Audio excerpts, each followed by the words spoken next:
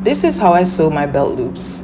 First, I cut a strip of fabric that is 2 inches wide and 15 inches long.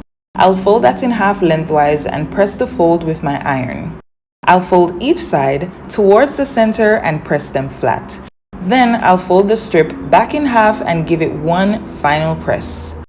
Next, I'll top stitch along both sides of the strip, and I like to cut my belt loops 3 inches long. I'm only demonstrating with 3 here, but most garments have 5 belt loops.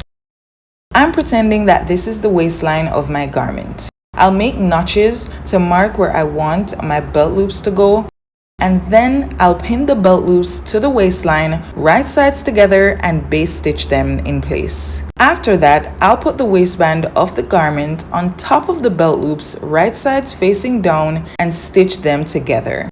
Now I'll fold the waistband over and top stitch the waistline seam.